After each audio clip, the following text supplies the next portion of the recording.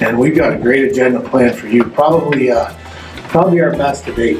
We've been doing this for 5 years, I believe, and this year's committee has knocked it out of the park. So I'm sure you'll agree with me by end of business day tomorrow that the time that you've invested here has been time well spent. We've got a good collaboration of schools, carriers, insurance, government, and suppliers to the industry. And I will say this a few times throughout these 2 days, but without the support of our sponsors, this event does not happen. So for those sponsors and many of you who've been involved with us for 5 years, we greatly appreciate that. And I can tell you our committee does a hell of a job of putting this thing on. Gerald Carroll.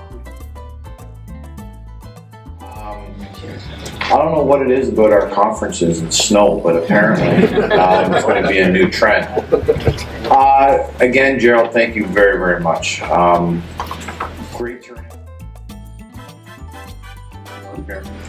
As you can see, we've expanded our conference this year. It's a full 2-day event as opposed to previous years.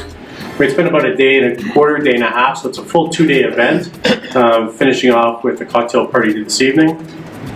And I just want to take the time to thank all of our sponsors in the room. None of this could happen without the sponsorship. And a special thanks to Northbridge, their team, who all 5 years of our conference, they've been our platinum sponsor. So thank you to Northbridge.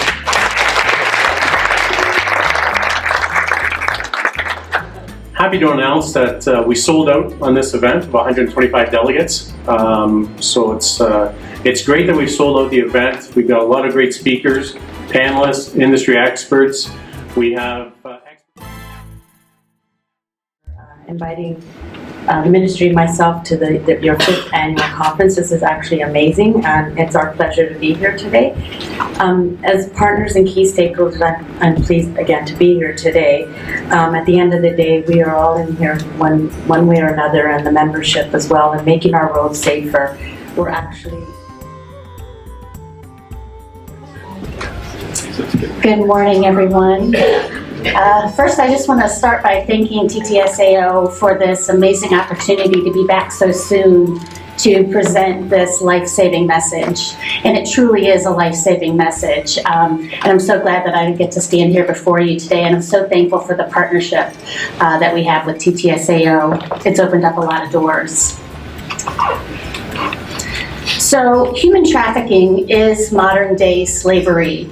It is where a third party is profiting off of another person's services, typically through sexual exploitation or forced labor. Victims are forced into prostitution, pornography, stripping, and other various forms of sexual exploitation. And it's happening right here in Canada. You can see one Google search. This is happening right under our noses. Okay, so this morning we touched a little bit on what the TTSAO Insurance Group does for the TTSAO and for the insurance industry in itself. We started our initiative just a little under a year ago. We found a need for oversight and audit and enforcement, quite frankly. Our brand is very important to us. We've spent years getting a lot of traction with government entities, insurance companies, providers, brokers, and the trucking industry itself. We felt that having a TTSAO stamp, or a rubber stamp as some may call it.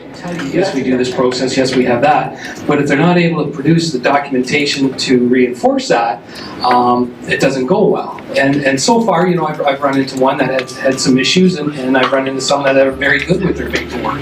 So that you as members, there's value to it. If there's no value to being a member, then if anybody can get in, then why would we keep the organization going? So, which neither Lisa or Kim knows of, a couple of schools, which I will not mention, that would like to join TTSAO. Mm-hmm. And I've highly encouraged them to be very, would you say, prepared before they do. I'm not. Good afternoon, everyone. First of all, on behalf of the TTSAO Carrier Group, I would like to thank our distinguished panel for their time today to talk about what makes their fleet the be-all and end-all to be with. The last 7 or 8 years on, it's our culture, and it's not about being. That means we need to be working on Christmas Day. We need to be working on Easter. So we've come about trying to find out different scheduling solutions to help attract drivers and retain drivers because they're just not willing to work those night shifts anymore. So, that's a challenge as well. And industry-wide, there's a lot of waiting time at our shippers and receivers, so that's a major challenge. All of our different divisions right down to the driver level and having a representative there so they can help us design what makes sense for them. So we try, to work through our campaigns and find out whether this particular driver has joined the industry by choice or by necessity. This is straight from the government, the National Household Survey. We have actually added more than 85,000 drivers over the last 25 years. So we haven't actually been doing a bad job. So our ability to attract people is not the reason to look at this. Nor is the reason to look at this because right now a lot of people are really concerned about the driver shortage. They certainly were back in 2018. Basically 46% of carriers responding to our surveys were telling us this is what's preventing them from growing.